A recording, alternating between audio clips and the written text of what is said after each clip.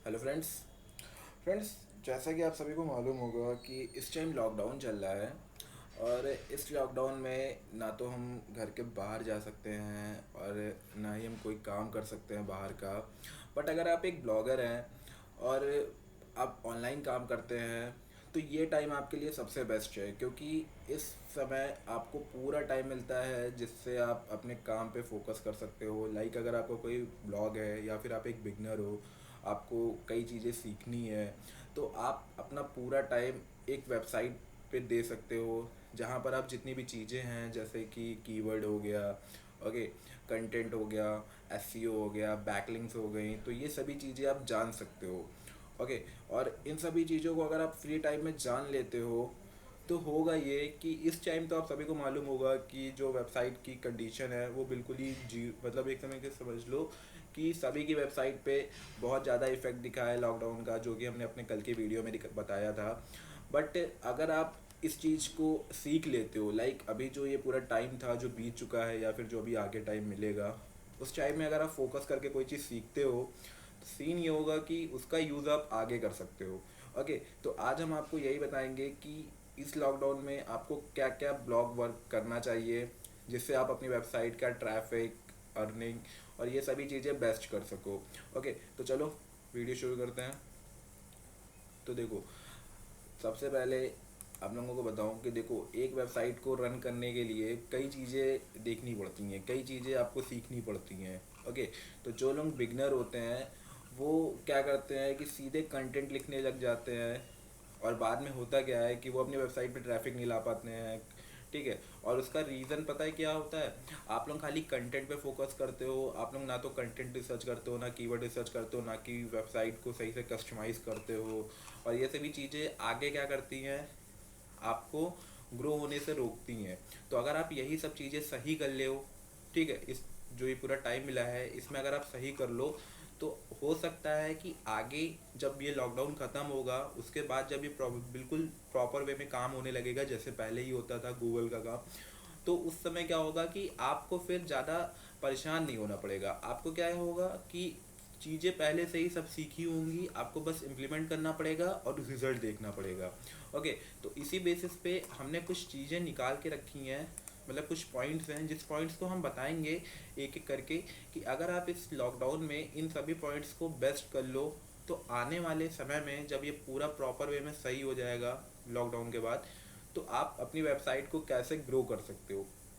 Okay. तो चलो video तो स्टार्ट ही है। अब टॉपिक के बारे में डिस्कस करते हैं कि कौन कौन से टॉपिक को आपको बेस्ट करना चाहिए। तो देखो, जैसे कि एक न्यू ब्लॉग को रन करने के लिए सबसे ज़रूरी जो चीज़ होती है वो होती है नीच। ठीक है, नीच का सिलेक्शन। अब बहुत लोगों को ये नहीं पता कि नीच क्या होती है। तो देखो, जैसे कि आप सभी को मालूम होगा कि जो वेबसाइट्स बनती हैं वो एक एक प्रॉपर टॉपिक पे बनती है। लाइक जैसे कि ये एक टेक्निकल वेबसाइट है, ओके, मेरी। अब जैसे कोई शायरी वेबसाइट है तो वो एक शायरी का कंटेंट प्रोवाइड करेगी। देन उसके बाद कोई हेल्थ की वेबसाइट है तो वो हेल्थ से रिलेटेड चीज़ प्रोवाइड करेगी। कोई फूड वेबसाइट है, ठीक है, जहाँ पर रेसिपी शेयर की जा रही है तो वो रेसिपी से रिलेटेड वेबसाइट्स होंगी, तो कुकिंग वेबसाइट्स होंगी। तो ये सब जो चीज़ें होती हैं इन्हें बोला जाता है नीच। बहुत लोग इसे कैटेगरी बोलते हैं बट कैटेगरी इसे नहीं बोलते हैं, इसे बोला जाता है नीच। ठीक है, इस ब्लॉगिंग की फील्ड में इस चीज़ को नीच बोला जाता है। तो आप सबसे पहले ये चीज़ सेलेक्ट करो कि आप किस चीज़ में बेस्ट हो। ठीक है, नीच सिलेक्शन, जैसे कि आपके अंदर क्या हुनर है, आप किस चीज़ पर कंटेंट लिख सकते हो। आप पैसे के पीछे ना भागो, आप अपनी अंदर की जो टैलेंट है उसके पीछे भागो। जैसे कि आपका टैलेंट है कुकिंग के बारे में बताना, रेसिपी के बारे में बताना, तो आप उसी चीज़ को फोकस करो। अब रेसिपी के ही बारे में ब्लॉग बनाओ, उसी को रन करो। आपको उसमें सक्सेस सबसे पहले मिलेगी। क्यों? क्योंकि वो चीज़ आप अपने आप से बेटर वे में बताओगे, आपको कॉपी नहीं करना पड़ेगा। अब आप कुकिंग की चीज़ें जानते हो बट आप जानबूझ के टेक्निकल की चीज़ें बता रहे हो, तो टेक्निकल भी चीज़ें तो आप बता लोगे बट उसकी कुछ जो मीज़र चीज़ें होंगी वो चीज़ें आप नहीं बता पाओगे। उससे क्या होगा कि आपकी जो वेबसाइट है या फिर आपका जो कंटेंट होगा वो यूनिक नहीं होगा। और कुकिंग में आप अपने आप से कुछ ना कुछ चीज़ें बताओगे, मतलब अपने आप से कुछ आप क्या करोगे, अपनी आप से कुछ टिप्स दोगे। जैसे कि कोई मसाला है तो उस मसाले को आप बताओगे कि आप इसे मिक्सी में मत चलाइए, आप इसे सिलबट्टे पे पीसिए तो ये ज़्यादा टेस्ट देगा। ठीक है, तो ये सब चीज़ें यूनिक होती हैं जो कि गूगल खुद देखता है और उसी बेसिस पे आपको ग्रो करता है। ठीक है, मतलब उसी बेसिस पे आपको क्या करता है, रैंकिंग देता है। ओके, तो नीच सिलेक्शन, पहले आपने नीच को, प्रॉपर नीच को सिलेक्ट करो कि हमें किस नीच पे काम करना चाहिए, कौन सी नीच में हम बेस्ट हैं, किस पे हम आर्टिकल लिख सकते हैं। ओके, देन उसके बाद आता है टॉपिक सिलेक्शन। अब जैसे कि आपने कोई नीच सेलेक्ट कर ली, जैसे कि हमने सेलेक्ट कर ली कुकिंग। ओके, अब कुकिंग के बाद हमने टॉपिक सेलेक्ट करना है। अब हमें मालूम है कि आपको जितने भी फेलियर होते हैं ब्लॉगिंग में, ठीक है, जितने भी लोग फेल हो जाते हैं ब्लॉगिंग में, उनका सबसे बड़ा रीज़न पता है क्या होता है? उनका सबसे बड़ा रीज़न होता है ये जो सेकंड और थर्ड पॉइंट है, यही दोनों। क्यों? क्योंकि वो क्या करते हैं, टॉपिक सेलेक्ट नहीं कर पाते हैं।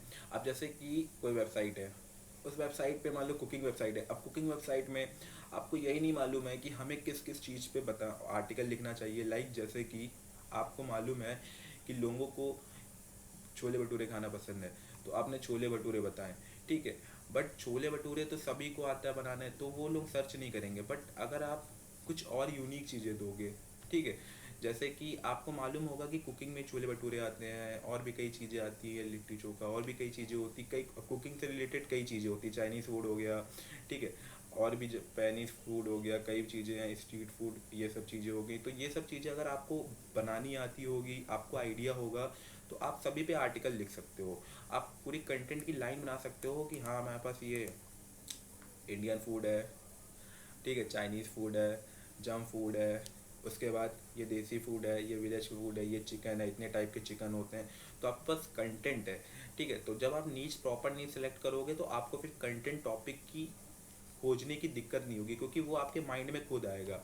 इसलिए सबसे पहले आप नीच के बाद टॉपिक सिलेक्शन पे फोकस करो कि आप इतने टॉपिक खोज लो कि आपको 6 से 7 मंथ कहीं इधर उधर भागना ना पड़े। आप बस खाली आर्टिकल लिखो, मतलब सीधे आर्टिकल लिखो, और आर्टिकल लिख के सीधे आर्टिकल अपने वेबसाइट पे पब्लिश करो।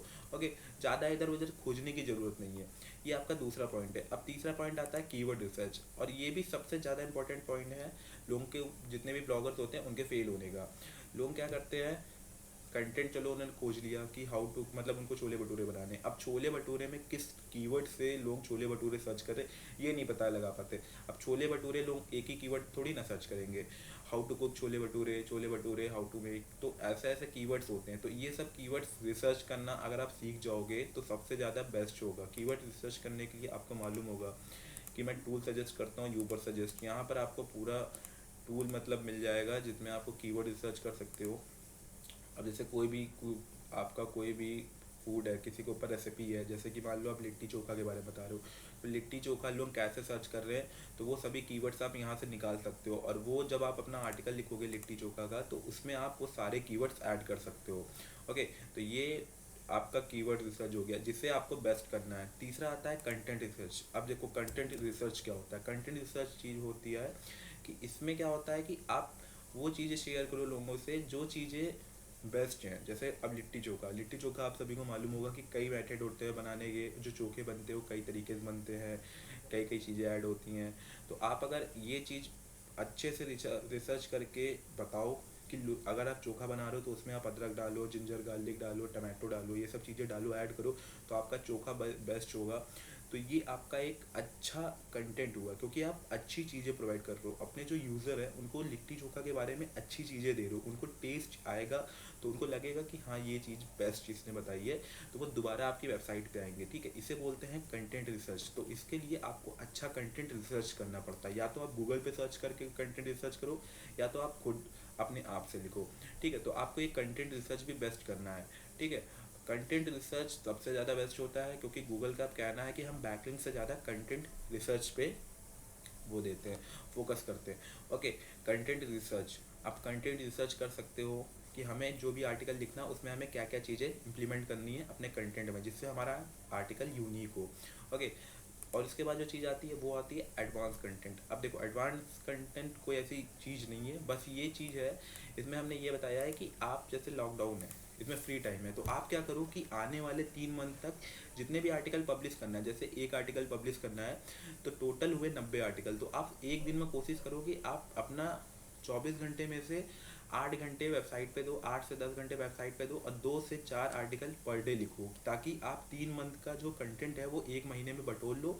और जब आगे लॉकडाउन खुले तो आप क्या करो कि डेली एक एक कंटेंट प्रोवाइड करो, क्योंकि 3 से 4 मंथ अगर आप रेगुलर काम करते हो तो गूगल आपको खुद ही ध्यान कर देता है, क्योंकि गूगल देखता है कि ये बंदा रेगुलर है। ओके, तो ये चीज़ हुआ एडवांस कंटेंट जो आपको इस समय करना है। अगर आप कोई नहीं सिलेक्ट कर रहे हो, टॉपिक रिसर्च है, आप मतलब टॉपिक भी सेलेक्ट है, तो आप उस पर कंटेंट लिखना चालू कर दो, डेली 2 2 3 3 कंटेंट लिखो। ओके, उसके बाद आता है वेबसाइट कस्टमाइज। अब वेबसाइट कस्टमाइज का मतलब क्या हुआ, देखो जैसे कि आप सभी को मालूम है कि कुकिंग वेबसाइट कई हैं गूगल पे।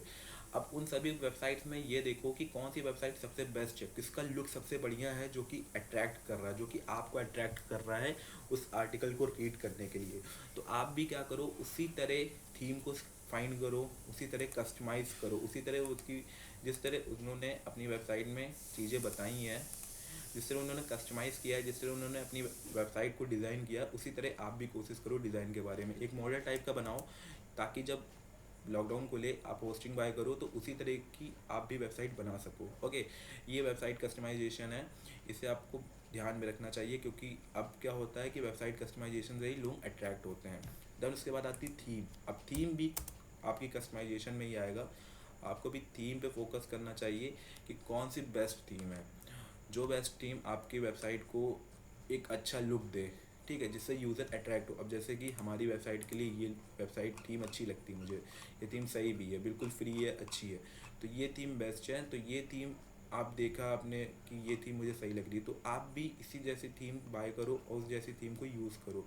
ओके, तो ये होता है, थीम पे भी आपको फोकस करना चाहिए। तो ये सब तो चलो मतलब ऐसे ही है, इतना वो नहीं है। ये दोनों वेबसाइट कस्टमाइजेशन और थीम, ये तो मतलब नॉर्मली इतना एसईओ पे इतना इफेक्ट नहीं डालता है, बट ये दोनों सही होना चाहिए, क्योंकि ये यूज़र को अट्रैक्ट करता है। बट एडवांस एसईओ और बैकलिंक, ये दोनों बहुत ही ज़्यादा ज़रूरी चीज़ें हैं। तो देखो इस लॉकडाउन अगर आप रोज़ एडवांस एसईओ की चीज़ें और बैकलिंक की चीज़ें समझो, तो आप आने वाले समय में जब आप वेबसाइट पे काम करोगे, तो आप उन मतलब उस समय आपको चीज़ें सीखनी नहीं पड़ेंगी कि एडवांस एसईओ में क्या क्या चीज़ें आती हैं, आपको पहले से ही मालूम होगा। आप उसी बेसिस पे अपने सारे आर्टिकल की, सारी वेबसाइट की फुल एसईओ कर सकते हो। ओके, उसी बेसिस पे आप बैकलिंक बना सकते हो। जैसे कि आप सभी को मालूम होगा कि बैकलिंक सब चेंज हो चुकी हैं, कुछ ही बैकलिंक्स काम करती हैं, नीश टू नीश बैकलिंक काम करती हैं। तो उसी तरह आप बैकलिंक भी बना सकते हो, इधर उधर की फर्जी बैकलिंक पे फोकस ना करके आप एक अच्छी बेस्ट बैकलिंक बना के अपने आर्टिकल को रैंक कर सकते हो। तो ये सभी चीज़ें अगर आप अपनी वेबसाइट में इम्प्लीमेंट करना चाहते हो, तो अभी से इन सब चीज़ों को करना चालू कर दो। ओके, ताकि जैसे ही लॉकडाउन ख़त्म हो, आप प्रॉपर वे में इन सब चीज़ों को करके अपनी वेबसाइट को जल्द से जल्द ग्रो करके अच्छा ट्रैफिक, अच्छी अर्निंग कमा सको। ओके, तो आज के लिए इतना ही, मिलता हूँ नेक्स्ट वीडियो में। ओके।